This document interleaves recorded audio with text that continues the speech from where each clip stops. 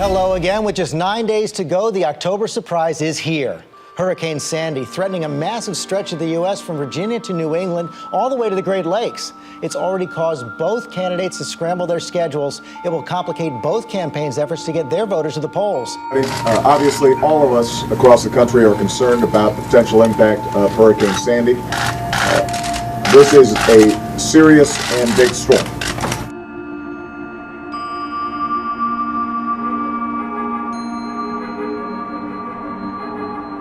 But now we have brand new tracking, which shows where this massive system might be headed next. And it is not good news for those who live in the northeastern United States. A very rare meteorological situation. So this could be historic, folks. People made preparations. New York's transport hub, the subway, bus and train services were suspended for only the second time. Schools have also been shut. This storm is basically one of the largest we've ever seen in the Atlantic Basin.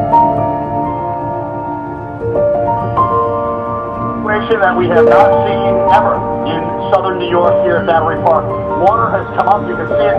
So this could set, historical precedents if it really develops along the lines that the numerical models are indicating.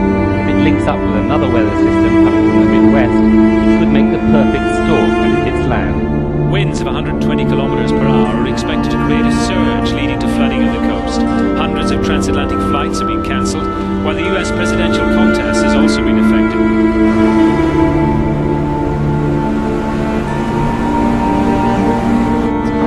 The governor closed bridges, tunnels, and doubled the number of National Guard troops deployed.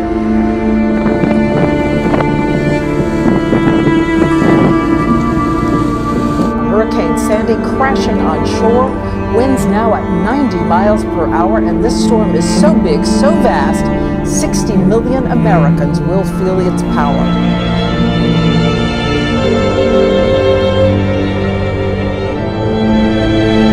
We've got our kids, we're just going to snuggle in a ball and hope for the best.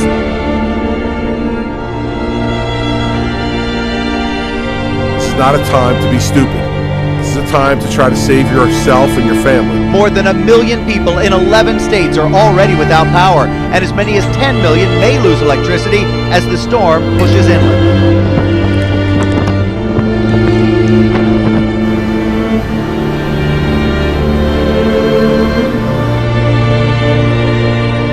The East Coast is being pummeled.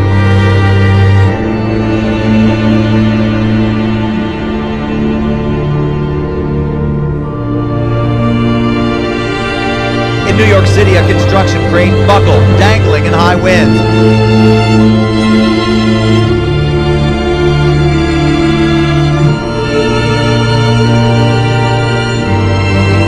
It is gone, and now water is flowing from the beach here into the city of 35,000, this suburb of New York City. They're expecting a storm surge of somewhere between 4 and 8 feet. It is possible this entire low-lying barrier island will be overflowed with water in the next 12 hours or so.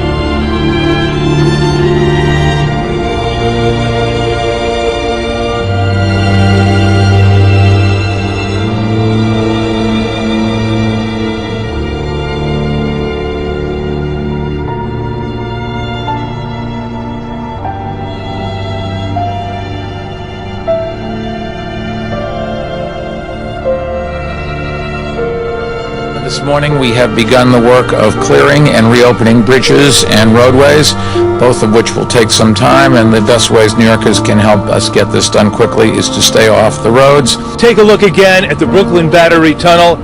You can see that this is going to take more than a matter of days for this water to be pumped out of here. The work is well underway. East River bridges have already been reopened.